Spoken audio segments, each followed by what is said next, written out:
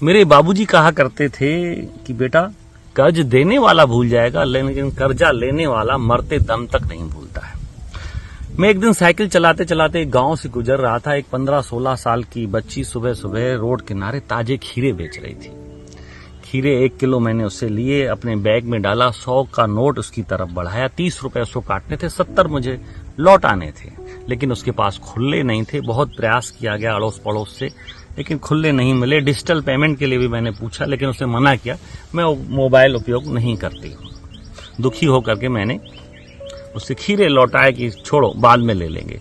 तो उस बिटिया ने बोला, बाबूजी पहला ग्राहक जो होता है ना भगवान का रूप होता है, होने का समय है। मेरी दुकान से आप खाली मत लौटिए, खीरे ले जाइए, पैसा आप कल परसों जब भी आप निकलो इधर से दे देना। और मैं आज न चाहते हुए भी उसका 30 रुपए का कर्जदार बन रहा था, क्योंकि उसने मुझे भगवान का रूप बोल दिया था।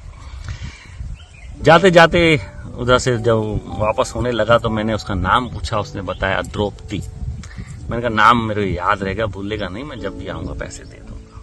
घर पहुंचा, मन बहुत उदास था, क्योंकि आज उसने मुझे बहुत छोटा बना दिया। 30 रुपए का उसने मुझे कर्जदार बना दिया। और मैं सोच रहा था मैं भी तो उसके ऊपर भरोसा कर सकता था। मैं 100 का नोट उसके पास रख देता, 70 रुपए मेरे जमा रहते, मैं कल परसों ले सकता था, लेकिन मैंने ऐसा नहीं किया। आज वो मेरी नजरों में द्रौपदी बहुत बड़ी हो गई। रात की नींद हराम हो गई मेरी। सुबह सुबह जैसे उठा, साइकिल उठाई, भागा भागा गया उसको 30 रुपए देने, लेकिन द्रौपदी उस जगह पे मुझे नहीं मिली। 2 दिन, 4 दिन, 10 दिन, 15 दिन, 2 महीने बीत गए, लेकिन द्रौपदी मुझे नजर नहीं आती थी। और वो 30 रुपए मेरे नींद में घूमते रहते थे। ये द्रौपदी का कर्जा मुझे कब उतरेगा। कुछ दिन बाद मैं उसी रोड से अपनी कार से निकल रहा था, दोपहर का समय था। उसी स्थान पे 5-6 सब्जी वाले बैठे थे, उसमें 3-4 लड़कियां भी थी। बहुत समय हो चुका था, द्रौपदी का चेहरा मेरी नजरों से अब ओझल हो चुका था। गाड़ी खड़ी की, शीशा नीचे किया और हल्की सी आवाज में बोला, द्रौपदी। तो एक लड़की ने मुंडी ऊपर की, उसको बुलाया। मैंने कहा मुझे पहचाना? बोला नहीं। मैंने फिर उसको किस्सा याद दिलाया 30 रुपए का। फिर वो मुस्कुराई, हाँ बाबू याद आ गया। मैंने बताया ना, कर्जा देने वाला भूल जाएगा, लेने वाला नहीं भूलता है। उस दिन उसको 30 रुपए दे के मैं द्रौपदी के कर्ज से मुक्त हुआ।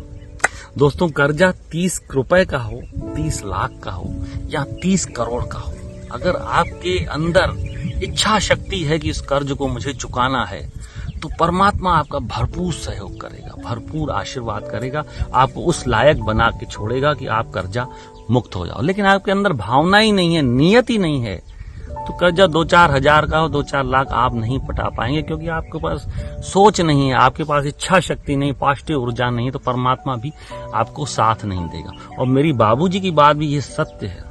जब इंसान मरने आता है, बीमार होता है, बिस्तर में चला जाता है, तो सिर्फ उसे यही याद आता है कि मैं किसके एहसान तले दबा हूं, किसका किसका कर्जा मेरे ऊपर सर पे है। उसके अंदर उस समय इच्छा शक्ति तो आ जाती कि मैं कर्ज से मुक्त हो जाऊं, लेकिन समय निकल चुका होता है। तो दोस्तों, समय निकल जाए, आपकी शरीर की ताकत निकल जाए, आपकी इच्छा शक्ति खत्म हो जाए, उससे पहले कर्ज से मुक्त होने का प्रयास जरूर करें। परमात्मा आपका भरपूर साथ देगा।